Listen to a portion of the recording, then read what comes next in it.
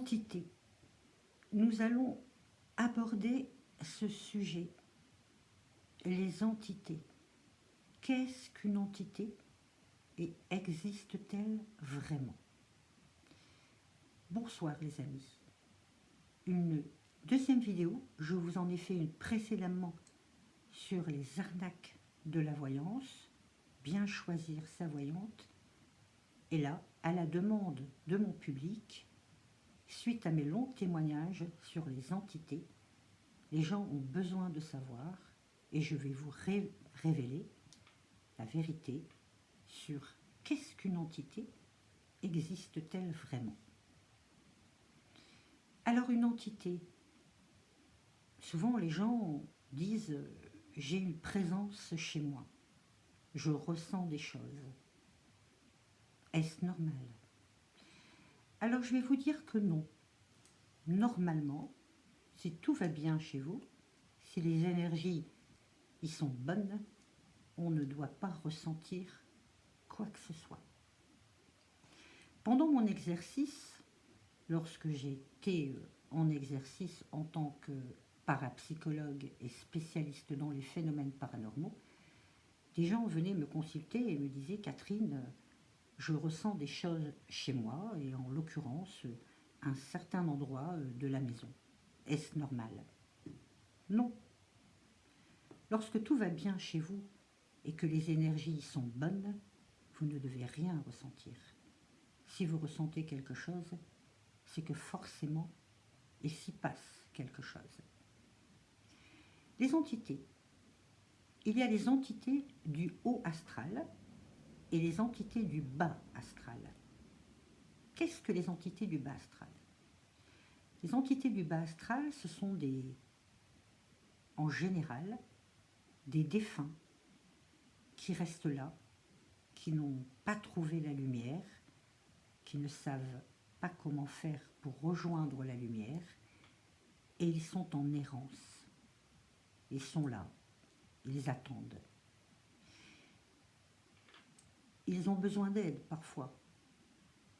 Et c'est d'ailleurs pour ça que, et j'en parlais dans la vidéo avec Julie, vous pouvez la consulter, elle est dans ma playlist.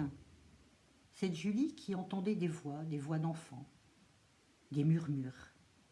Cette Julie avait un don de passeuse d'âme, c'est-à-dire qu'elle était en connexion comme une antenne relais avec certaines entités du bas astral. On peut retrouver une entité du bas astral, par exemple, si vous venez d'acquérir un bien, une maison.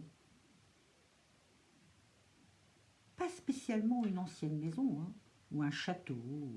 Souvent les gens disent, oui, dans un vieux château, il y a des entités, il y a des présences, dans une vieille maison de maître ou une ancienne maison. Non, on peut très bien trouver une entité dans une maison qui vient de sortir de terre, qui vient de sortir de construction il y a 6 mois.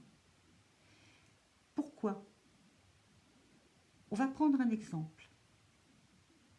Vous achetez une maison,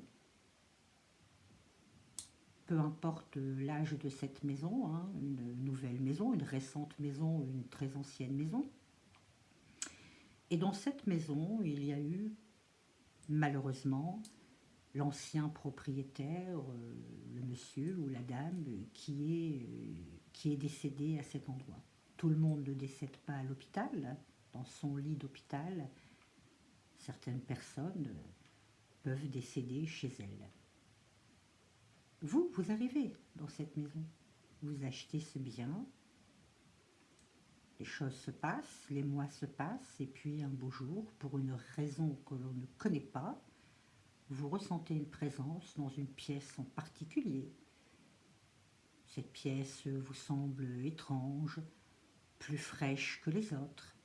Il y fait toujours plus froid, alors que la température en général dans les autres pièces est très bien réglée, votre chauffage est très bien réglé, et dans cette pièce, en l'occurrence, il y fait froid. Pourquoi? Tout simplement parce que cette personne qui habitait cette maison, sa maison, et qui est décédée dans une des pièces, pas spécialement celle que vous ressentez étrange, elle est bien, cette entité du bas astral. Vous la dérangez. Souvent, les gens me disent, je suis dérangé par une entité. J'entends des bruits, des présences, des manifestations. Cette entité me dérange. Il faut absolument que je la déloge. Mais non, c'est vous qui dérangez cette entité. Vous êtes chez elle, même si vous venez d'acheter ce bien et qu'il vous appartient. Sachez que vous êtes chez elle. Nous aborderons dans une autre vidéo comment reconnaître les entités. Mais là, sur ce sujet précis, c'est les entités existent-elles vraiment? Ma réponse est oui. Les entités du bas astral, ce sont donc ces fameuses présences qui sont dans votre maison et qui dégagent des énergies. Il y a des gens qui ne vont rien ressentir parce qu'ils n'ont pas cette petite fibre, ce petit don, entre guillemets, de ressentir les choses. Il y a des personnes qui sont très cartésiennes, très terre-à-terre, et même si elles ressentent des choses, elles vont les analyser très vite et les balayer. Leur cerveau vont se dire, bon voilà, c'est une série de circonstances, et puis elles sont cartésiennes, donc elles vont trouver une logique à tout ça, et puis ça passe. Et puis il y a d'autres personnes qui ont ce don de ressentir les choses sans pour autant avoir un don de voyant, ou de médium, ou de cartomancienne. Et elles ont ce don quand même de ressentir certaines choses, et puis elles seront plus sensibles à certains bruits, certaines odeurs, certaines manifestations. Et puis ça risque chez ces personnes d'engendrer un mal-être. Alors, où elles vont consulter, elles vont en parler, où elles vont essayer de découvrir elles-mêmes ce qu'il se passe. Lorsque vous êtes en confrontation, on va dire, ou en rencontre, ou que vous êtes en colocation, on va dire, avec une entité dans votre maison, dans votre demeure, il faut bien savoir que si vous êtes seul dans cette maison et que vous avez la capacité de ressentir, comme je viens de vous expliquer, vous allez ressentir, analyser. Et si par contre vous êtes très cartésienne et puis vous avez les pieds bien sur terre, vous pouvez ressentir et puis voilà, balayer cette idée et passer à autre chose. Sur ce point précis, l'entité va ressentir que vous n'êtes pas apte, entre guillemets, de la capter. Donc elle va continuer sa vie, si je puis dire, tranquillement, continuer son errance dans votre demeure, sans pour autant vous déranger. Et là, vous allez cohabiter, entre guillemets, en toute sympathie, sans même vous rendre compte de quelque chose. Ou même si vous êtes rendu compte, vous allez, comme je vous l'ai dit, balayer et continuer votre vie. Il se peut qu'une personne qui vient chez vous vous dise « Oh là là, je suis allée à l'étage, j'ai ressenti des choses, c'est bizarre que toi tu ne les ressentes pas, etc. » Et puis ça fera partie d'une conversation et on en restera là. Par contre, si une personne est beaucoup plus sensible, elle va analyser, elle va ressentir les choses, elle peut très mal le vivre, et là, c'est une colocation qui va mal se passer, et cette personne risque d'être perturbée, très perturbée. Ça risque d'engendrer des choses, parce que si cette personne se rend compte que quelque chose se passe chez elle et qu'il y a une présence, elle va forcément déclencher, engendrer une certaine crainte, une peur, une angoisse. Et il faut bien savoir que les entités se nourrissent de ça. Les entités du bas astral, celles qui sont dans vos maisons, se nourrissent essentiellement de vos craintes. Plus vous avez peur, plus elle est bien. Vous allez dégager une certaine énergie dans votre angoisse et elle va s'en nourrir. Prenons l'exemple maintenant d'une famille qui est dans une maison. Là, j'ai donné un exemple pour une personne seule, homme ou femme, célibataire, dans un logement, sensible ou pas sensible.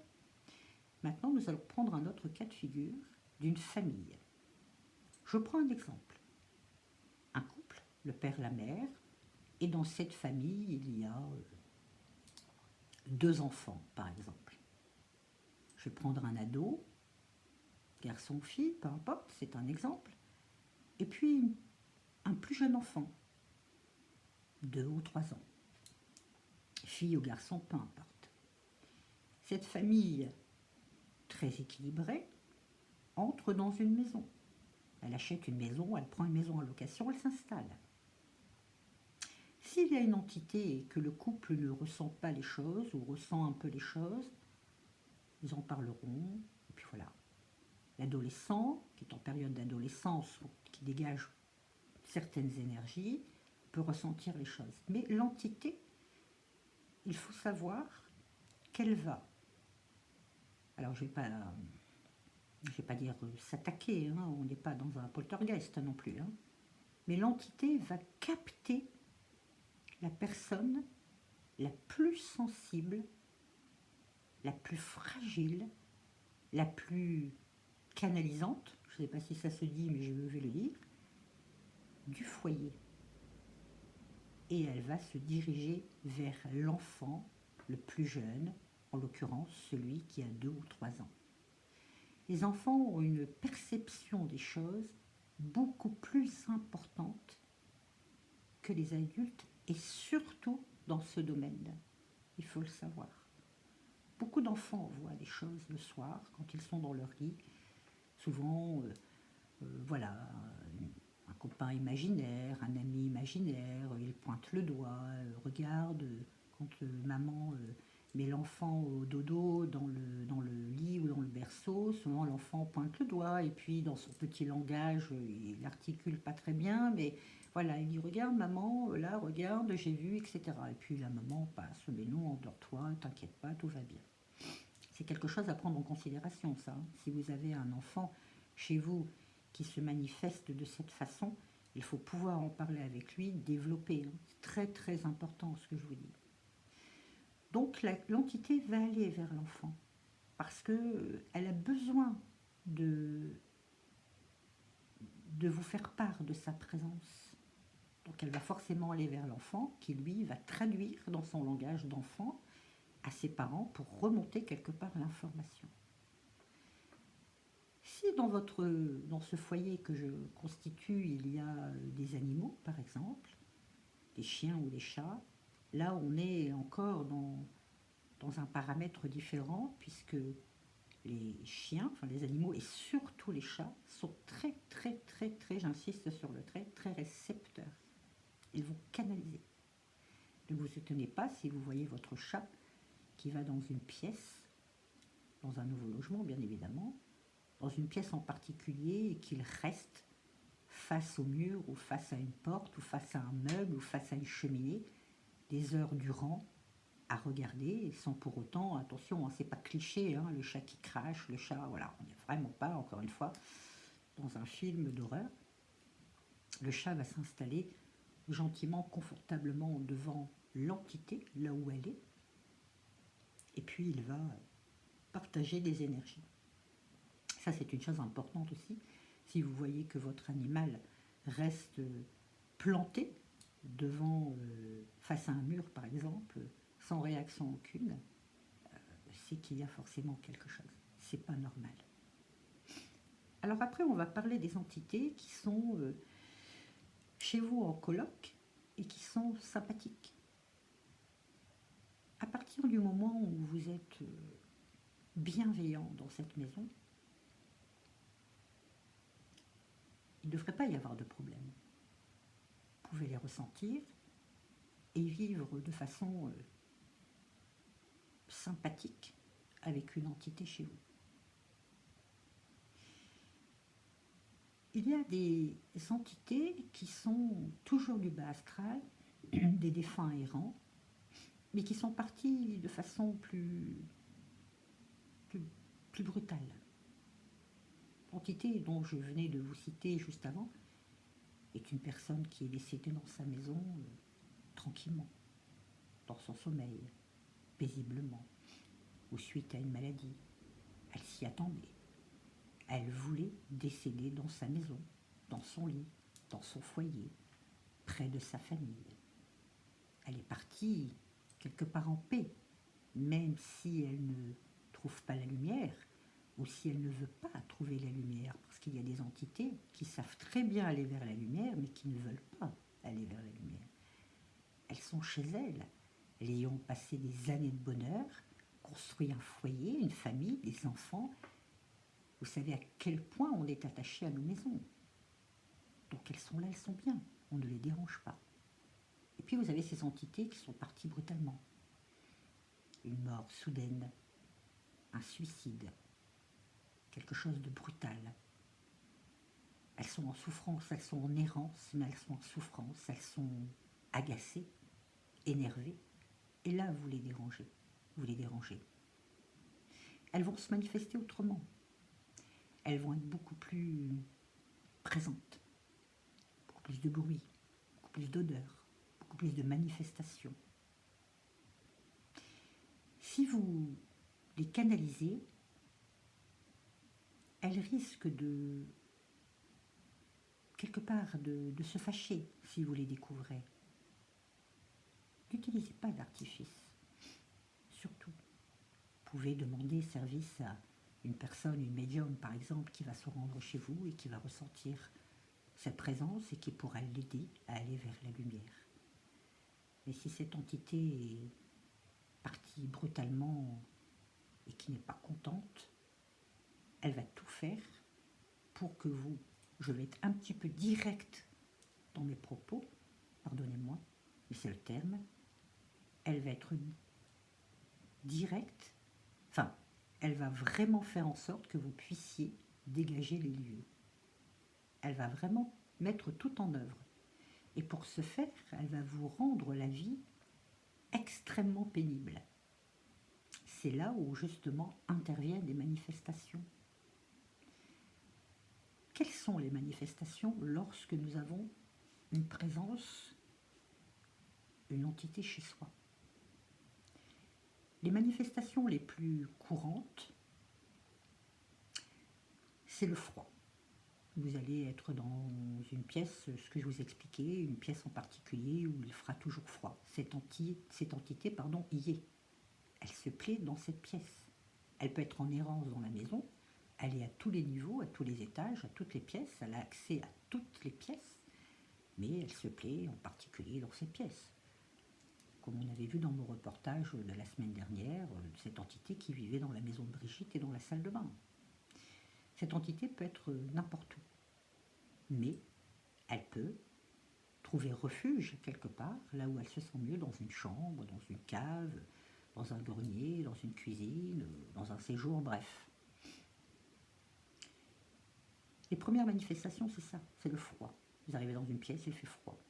Puis vous avez les manifestations par l'odeur. Souvent, on a cette odeur un peu d'égout, un peu d'égout bouché, cette odeur un peu de canalisation qui remonte, et on se pose la question, ben tiens, c'est bizarre, pourtant tout va bien, mes canalisations ne sont pas bouchées, tout va bien. Il y a toujours cette odeur un petit peu récurrente là qui est dans votre maison. Vous allez voir sous l'évier, vous essayez de savoir, de découvrir d'où vient cette odeur, et il y a toujours cette odeur. Puis il y a les manifestations par le bruit. Des bruits dans la porte, une porte qui claque, un bruit à l'étage, alors que personne n'y est, un bruit au rez-de-chaussée. Ces bruits qu'on n'arrive pas, souvent dans sa maison, on connaît ces bruits, hein, et on sait très bien faire la différence entre un enfant qui chahute à l'étage et puis un autre bruit.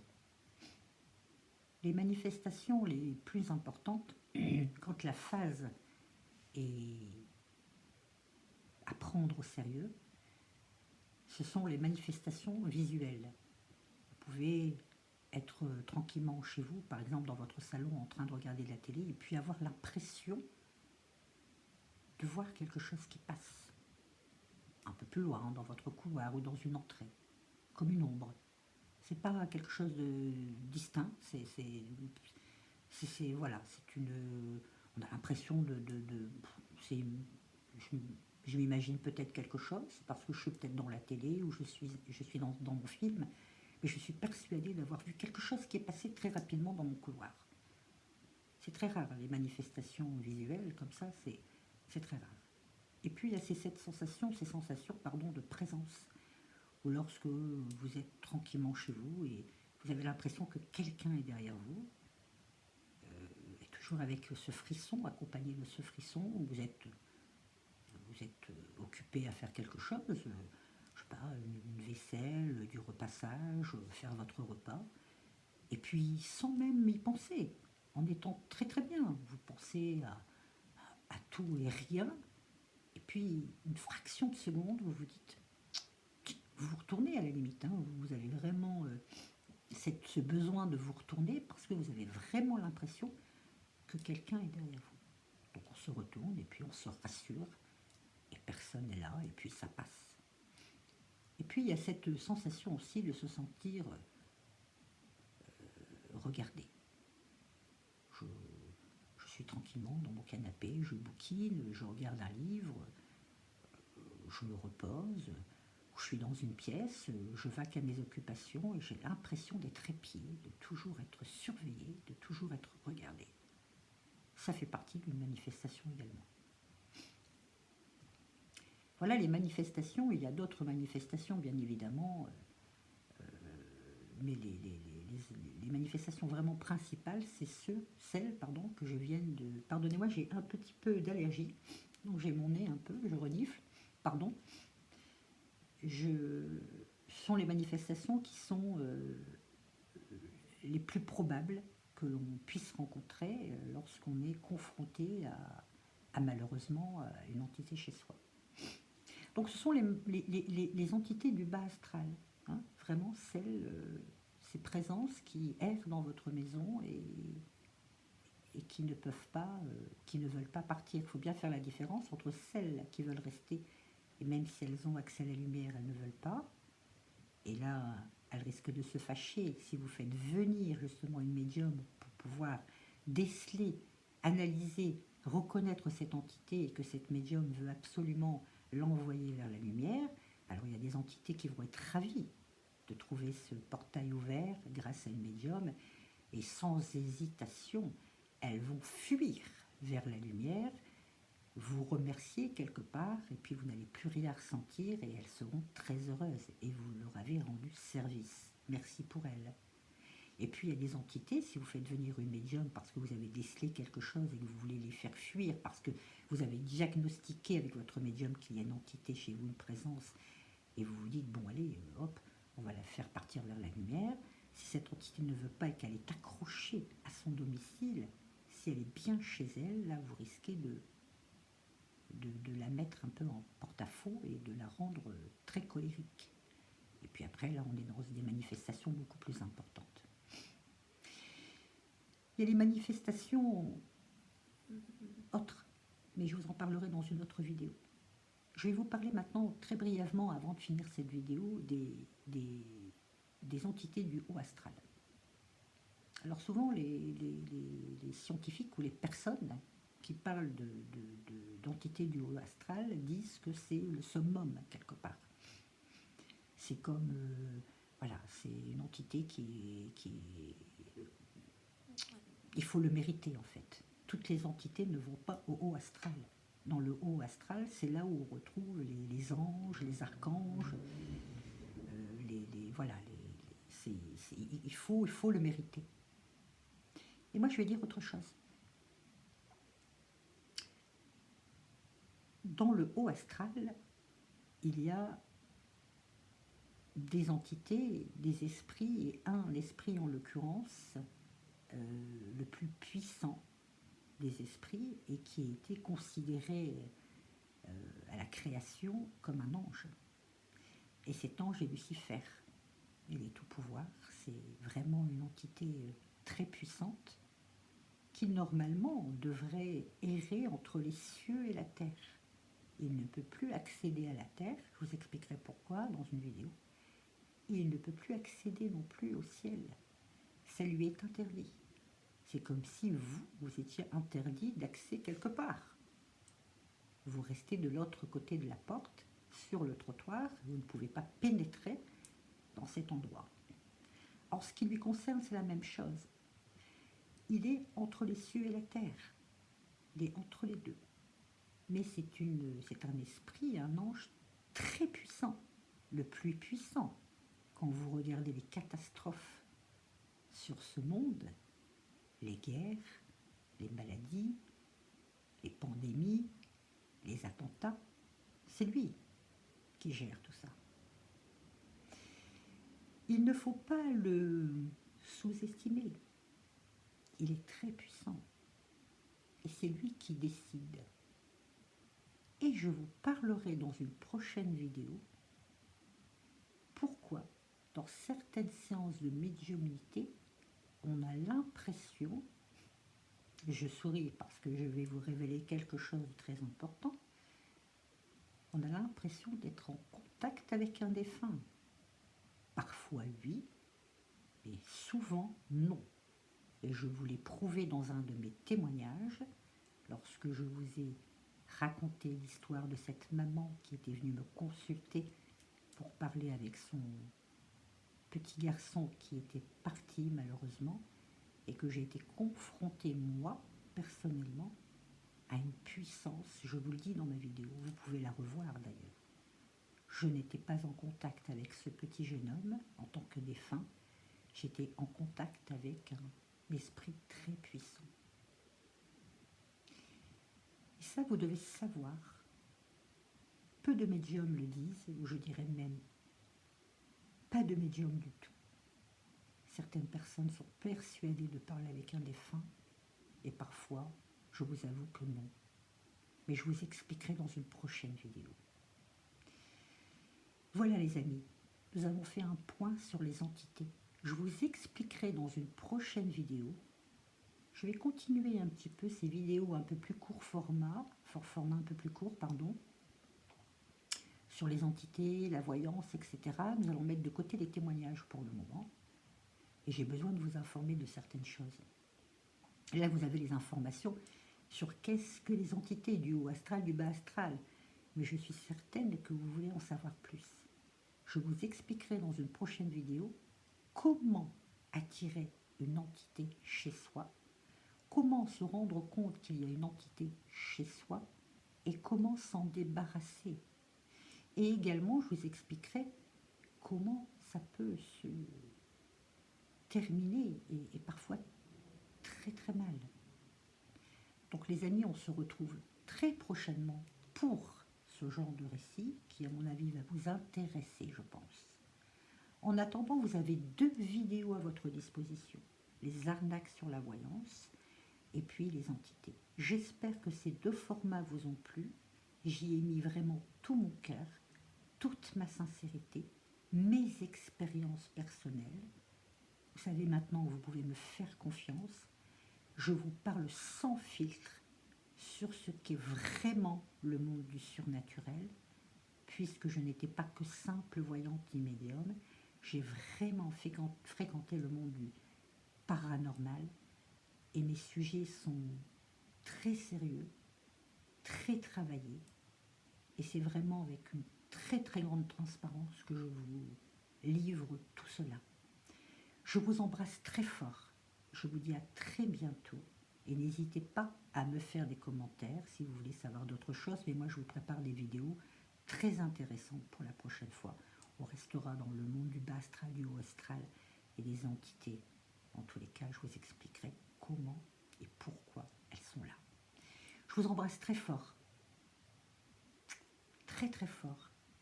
Faites vos commentaires et surtout, surtout, abonnez-vous. À très vite les amis, à la semaine prochaine. Ces vidéos seront disponibles demain. N'oubliez pas, à partir de 20h.